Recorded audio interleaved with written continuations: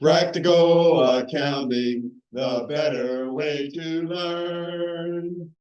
Hi, I'm John the Tutor. And I'm Dr. Jeff Hillard. We've been teaching accounting together for a long time. Long time, and we've got a better way to learn. Take it away, Jeff. Take off that hat. In our first session, Dr. Hillard will talk about the importance of managerial accounting. What we need to realize is that as a manager, no matter what your major is, these concepts that you'll be learning in managerial accounting will be useful in the decision-making process that you'll have throughout your career. Let's see what Dr. Hillard has to say.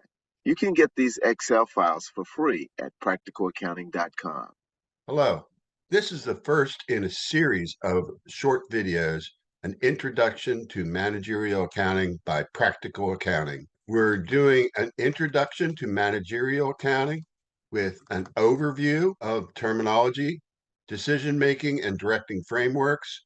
Then we'll go into what's covered in the first chapter, typically a deeper dive into introducing what cost accounting is, back to a little more overview, and then we'll finish with a unique feature, the bridge, one formula, one method, and one graph, which you can use and not memorize any formulas, understand it with these three, and you will be good to go for the entire course. Let's begin.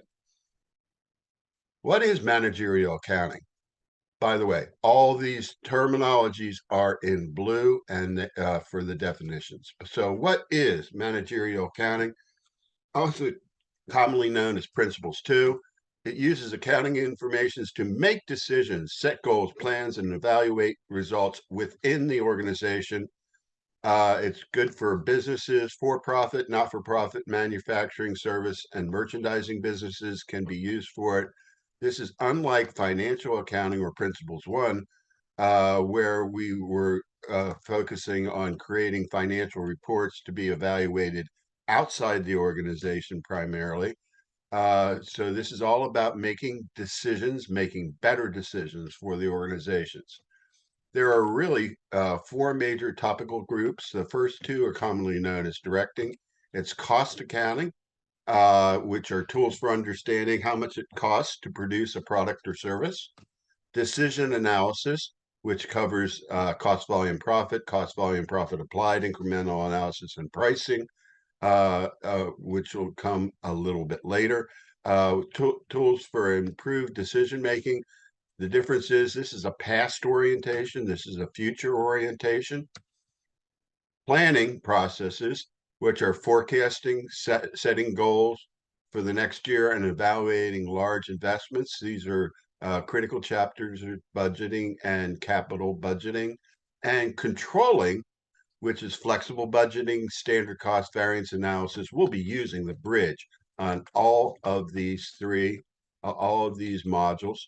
What are the major types of organizations? There are really three major types of organizations. The first one is merchandising. You dealt with this in your first accounting course. Merchandisers are stores, whether they're retail stores, brick and mortar stores like Target or Walmart, or online stores like Amazon. They are different in that they purchase inventory. Inventory is stuff you make with the intent to sell or buy. They purchase their inventory from manufacturers and they don't make that inventory. We also have wholesalers who buy from manufacturers. Then we have manufacturing, which are businesses that make inventory. This is a key focus of this course is manufacturing, but we'll also see that it's applicable to the other two groups. Manufacturing are businesses that make inventory or products for sale to merchandisers. They typically do not directly sell to end users. And then we have service organizations who specialize in using their employees to do tasks for customers, but they do not make inventory, but they do use supplies.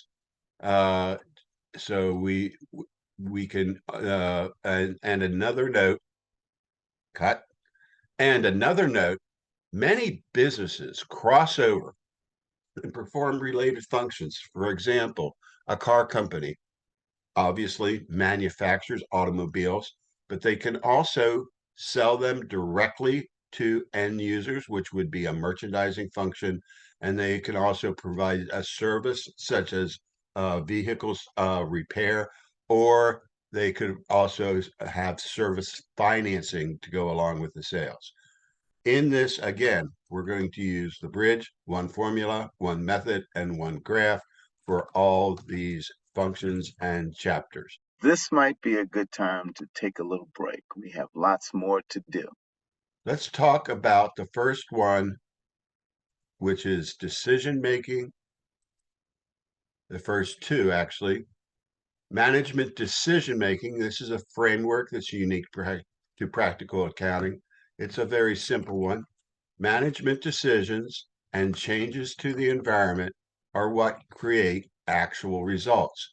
This will be about the first half of this course.